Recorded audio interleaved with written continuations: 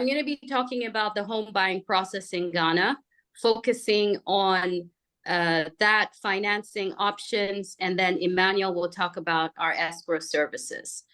So once we have the screen up, I'll go ahead and get started. I'm just going to really try to wrap it up as briefly as possible.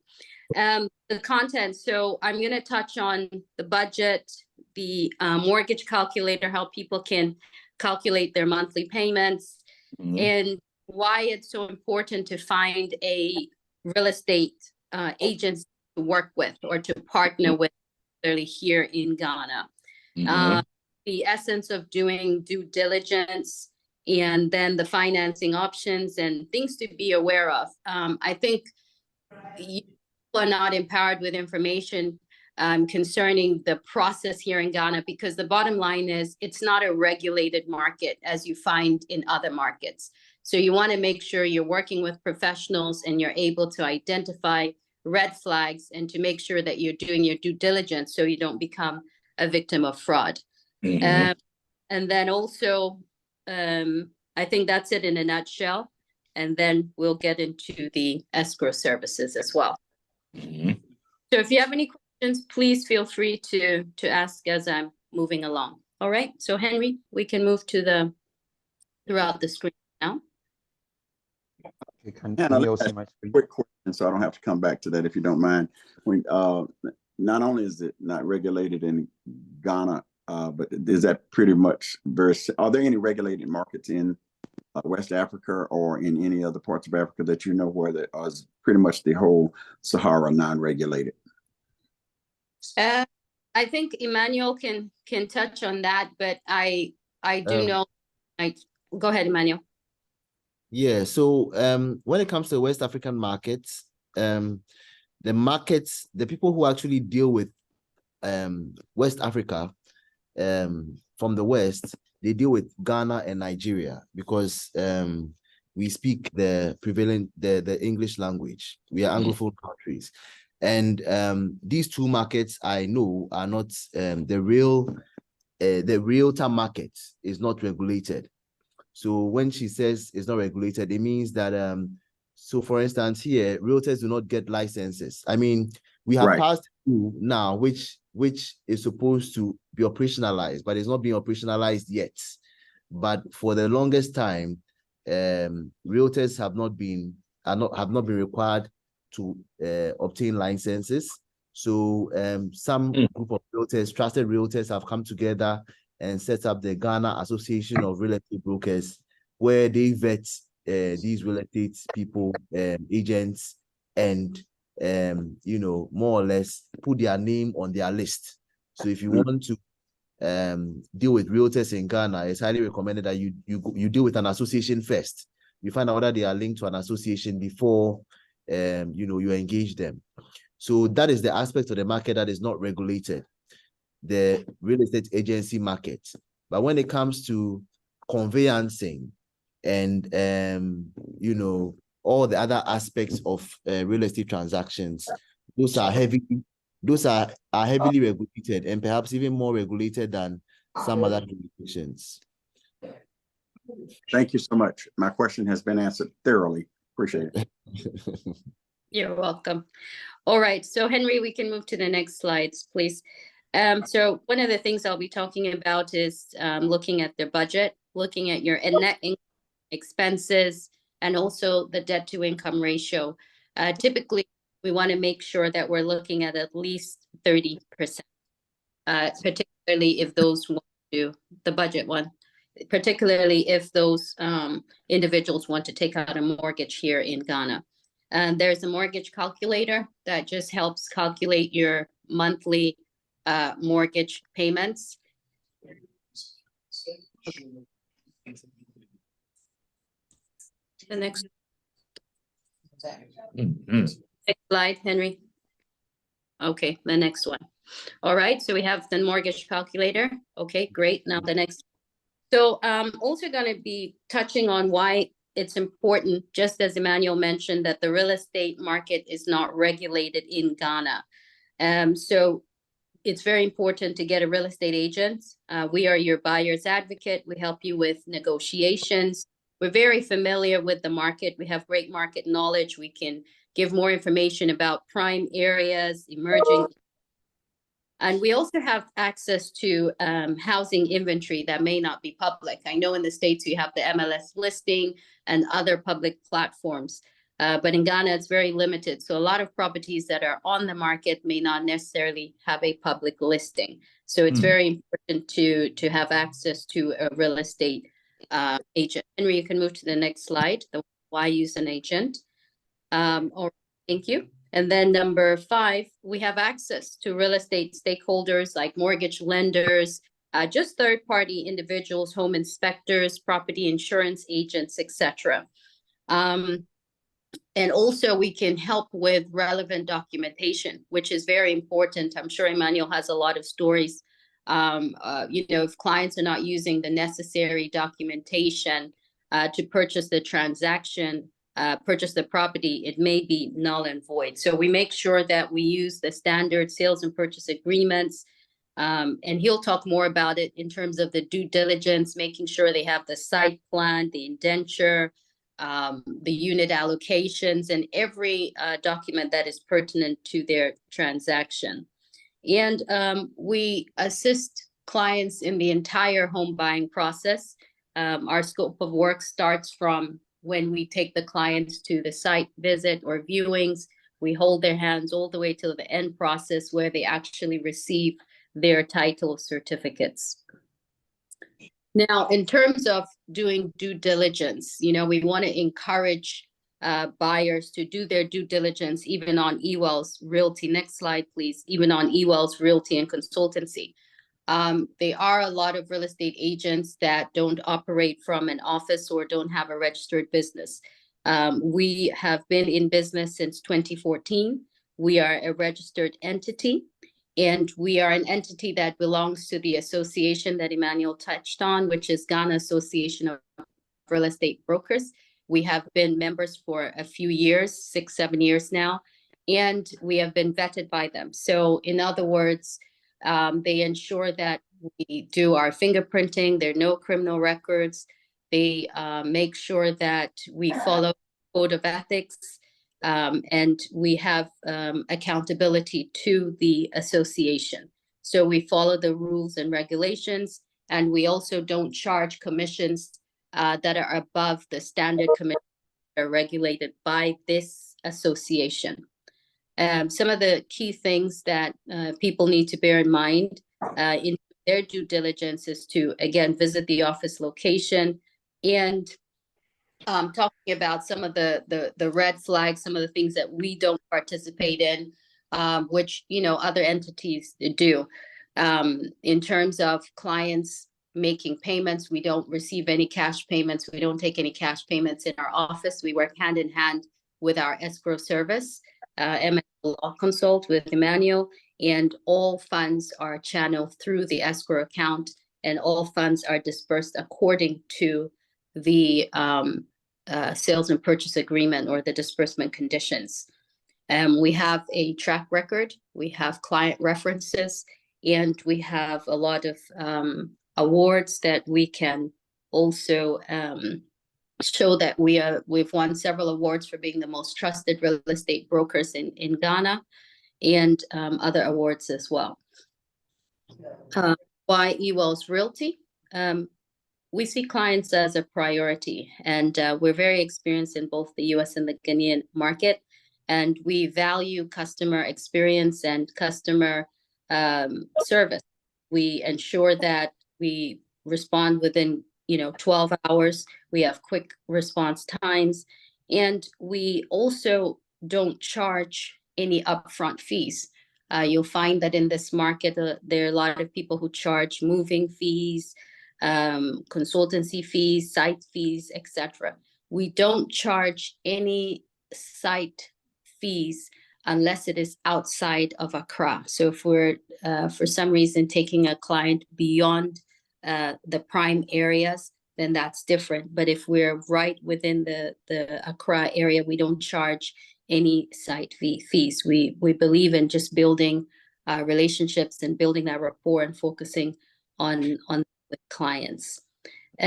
Commissions are something that we don't take up front. We make sure that the transaction has closed fully, and then our escrow agent disperses that. You get the final settlement statement. Prior to that, you get the fee sheet, but you get the final settlement statement, and that is when funds are being dispersed. It's really very similar to the US system, and we did that because those in the diaspora are familiar with that real estate system. So we wanted to make sure that we just pretty much implemented that here. We are members of GAREB, as I mentioned, also of the Ghana National Chamber of Commerce, Ghana Investment Promotion Council, Diaspora Africa Forum, and Diaspora Affairs Office President. So we are in partnership with all those entities as well. All right. I think I've spoken about those things. Let me move to the next slide. All right. Now, one of the key things that Emmanuel will be talking about in terms of the escrow services is do have what we call off-plan sales. These are clients who are purchasing a property that is not yet built. It's under construction or it's about to be built. I know that people may be hesitant about that because the property hasn't been built, and maybe they feel that paying for something that is not yet built could be an issue. And so that's why we have the escrow services in place to ensure that the funds are protected for the buyer and also for the seller, because you can run into situations where, because here we don't really do proof of funds. So you can run into situations where the buyer is supposed to make payments and they don't end up making payments, and the seller is in a situation where they're building and the funds are not coming in. So based on this escrow service, both the buyer and the buyer and the seller are protected. So these are some of the reasons why people would consider using eWells Realty as a partner here in Ghana. All right, now financing options. We have various financing options, and I'm going to focus on the one for the development that we will be talking about, which is Shark Island. The first one is the outright payment, which typically attracts a 3% discount. But because of this promotional tour, there is a 10% discount for all outright payments. And that ends on November 9th, right? And there is a promotional discount code for that. The other option is mortgage option. Now, here in Ghana, you can actually get a mortgage from a local bank. There are various things that they look at. Number one is the down payment amount. It varies from bank to bank, but typically it's about 30% down payment. What the banks will be looking at are your 3 credit reports from Experian, TransUnion, and Equifax. They'll be looking at your credit history, and they will be looking at your debt. So the debt to income ratio varies from bank to bank, but it's typically from 30 to 50%. The loan term for a foreigner is 15 years maximum, and the loan term for a Ghanaian would be 20 years. The interest rates vary. The base rates are anywhere from 11 to 13%. There is an age limit. So for example, if you're 50 years old, the maximum loan term you can get is 10 years because the cutoff age is 60. So if you're 55, the maximum you can get is 5 years. Okay, so that is how mortgages work. And they'll be looking at the net income that I mentioned under the budget, the net income, not the gross. All right, so the third option is seller financing. So this particular seller will be looking at 30% down payment and will give up to 15 years. And the other financing option is to pay $2,000 a month until the completion of the total value of the property. Fourth financing option is the payment in 4 tranches, which is up to 1 year, so it's 25%. And the final option is a customized payment plan. Maybe somebody wants to do a 2-year, 1 year, 5-year, whatever option they would like to present to the seller will be open for discussion. All right, a few things to look out for. The lease terms. In the US, you have freehold. In Ghana, we do not have freehold. We have what we call leasehold. So as a foreigner, you can get up to 50 years. And as a Ghanaian, you can get up to 99 years.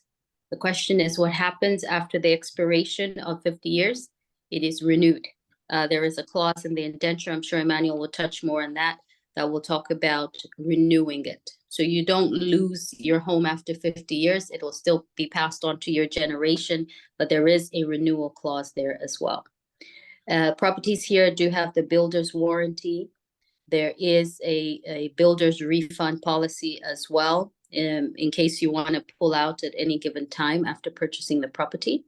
And they are homeowners association rules. We call them service charges here. And then taxes, a question I get asked a lot. What are the taxes? So for capital gains is 15%. The rent income tax is 8% for residential, non-residential, and investment properties 15%. Property rate is just simply the property taxes. That varies anywhere from 0.5 to 3% a year. All right. And then the home buying process. So it just starts off with the research and budgeting, and then engaging a real estate agency like eWells, and then going on the property viewings. And then after you've selected a property, then our escrow services would do the due diligence. We have home inspectors that will make sure that the building fits the standard building code here. And then at that point, you can submit an offer, pay the deposit, sign the sales and purchase agreement, which the escrow service does all that. And then the handing over of the keys, the transfer of the deed at that point. And then the escrow services will continue with the next phase of registration of the deed at Lands Commission. And then finally, receiving your title certificate. So that is it in a nutshell. HOA. Hannah, we had a question here. Sure. Are the homes in an HOA, for example? Are they in an HOA? Yes. Yeah. You know, like we have community management here that dictates what you can and can't do, you know, things like that. Yes, it depends. It varies from development to development. Okay. So this particular development does have HOAs, it does have property management, and it does have the service charges. Yes. Okay, got it. And when you say property management services, does that mean that, okay, for example, I've got a buddy that's buying a home over in Dominican Republic, right? Yes. And over there, it comes with a management service where they basically will run his home as an Airbnb for him and manage that property, where he has to do nothing but wait for his money to come every month. Do you mean that kind of management service there as well? Exactly. So that is available Shark Island. The presentation. Henry, you can take the slide off, please. Thank you. So the Shark Island, they do offer that. Thank you. They do offer that service. And also with the payment plan that I mentioned, that is the $2,000 a month. With the payment plan, after the property is completed, they can rent it out for you. And they do a 50-50 split, where 50% of the income comes to you and the other 50% goes to offset the monthly payment. So that's another as well. So the whole point of Shark Island, it's actually an individual who lived in the States. He was in the military. He's relocated to Ghana, and he wanted to develop a community that could help with sustaining individuals, because you find people want to relocate, they come back, they run out of money, they end up going back. So he looked at it where people could come in, purchase a unit, and begin to get rental income that could sustain them in their new environment. So there's that type of flexibility. Okay, love it.